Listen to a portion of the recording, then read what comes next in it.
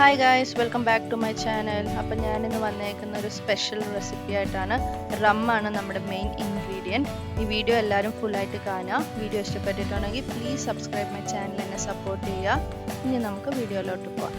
ആദ്യം നമുക്ക് marigold biscuits ഇല്ലേ, അത് 160 ഗ്രാം പൊടിച്ചിടാം.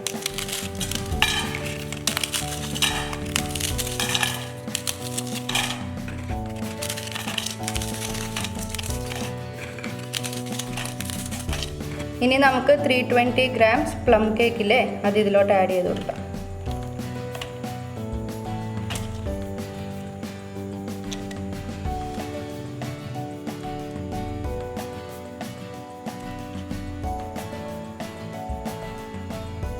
ഇനി ഇത് എല്ലാം കൂടി നല്ലപോലെ നമുക്കിതൊന്ന് മിക്സ് ചെയ്തെടുക്കാം. ബിസ്ക്കറ്റും കേക്കും കൂടി നല്ലപോലെ മിക്സായി കിട്ടട്ടെ. നമ്മളിപ്പോൾ ഫ്രൂട്ട് കേക്കും മാരി ബിസ്ക്കറ്റും കൂടി നല്ലപോലെ ഇതുപോലെ മിക്സ് ചെയ്തെടുത്തിട്ടുണ്ട്. ഇനി നമുക്ക് ഇതിലോട്ട് കാഷ്യൂ നട്ട്സ് ആഡ് ചെയ്ത് കൊടുക്കാം. ഞാനിപ്പോൾ 60 ഗ്രാംസ് കാഷ്യൂ നട്ടാണ് എടുത്തേക്കുന്നത്. അതിനി നമുക്ക് ആഡ് ചെയ്ത് കൊടുക്കാം. ഇത് ഞാൻ പൊടിച്ചിട്ടുണ്ട് കേട്ടോ, കാഷ്യൂസ്. ഇത് നമുക്ക് നല്ലപോലെ ഒന്ന് മിക്സ് ചെയ്ത് കൊടുക്കാം. ഇനി നമുക്ക് അടുത്ത പ്രോസസ്സിലേക്ക് പോകാം കേട്ടോ. ഇനി നമുക്ക് ഇതിലോട്ട് 120 ഗ്രാം കൊക്കോ പൗഡർ ആഡ് ചെയ്ത് കൊടുക്കാം. ഞാനിപ്പോൾ കാഡ്ബറിയുടെ ആണ് കൊക്കോ പൗഡർ എടുത്തേക്കുന്നത്.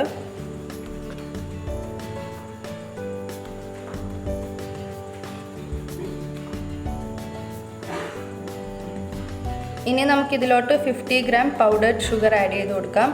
ഇപ്പം പൗഡർഡ് ഷുഗർ ഇല്ലെങ്കിൽ കോൺ സിറപ്പ് ആണെങ്കിലും ഒഴിച്ചാൽ മതി, 120 ഗ്രാം. ഇനി നമുക്ക് മെയിൻ ഇൻഗ്രീഡിയൻ്റ് ആയിട്ടുള്ള റം ആഡ് ചെയ്ത് കൊടുക്കാം, 120 ml.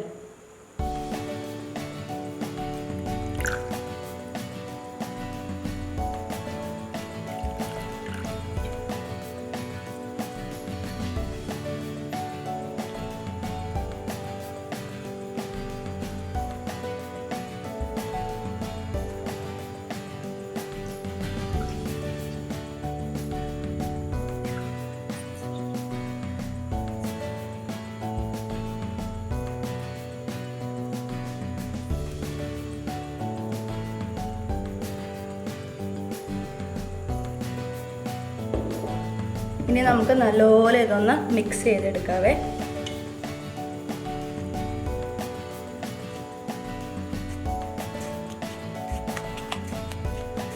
ഇനി നമുക്ക് ഓരോ പോർഷൻ ഇങ്ങനെ ബോൾ പോലെ ഇട്ടിട്ട് നമുക്ക് മാറ്റി വെക്കാം.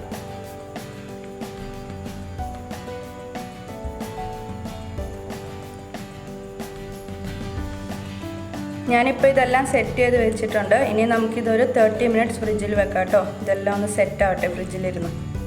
ഇനി നമുക്ക് ഡാർക്ക് ചോക്ലേറ്റ് 120 ഗ്രാം ബൗളിലേക്ക് ആഡ് ചെയ്ത് കൊടുക്കാം. എന്നിട്ട് ഇത് നമുക്ക് ഡബിൾ ബോയിൽ ചെയ്തെടുക്കാം കേട്ടോ.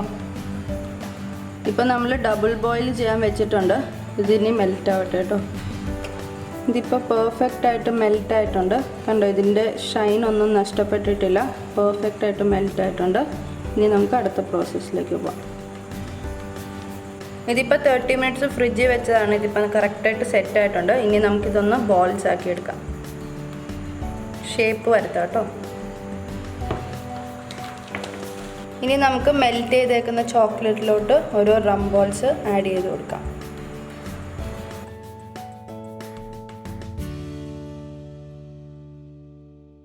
എന്നിട്ട് നമുക്കിത് കോട്ട് ചെയ്തെടുക്കാം.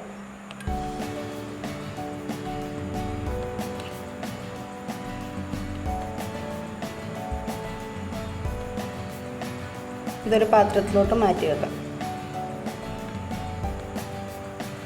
ഇതേപോലെ എല്ലാ റം ബോൾസ് നമ്മൾ സെറ്റ് ചെയ്ത് കോട്ട് ചെയ്തെടുക്കാം.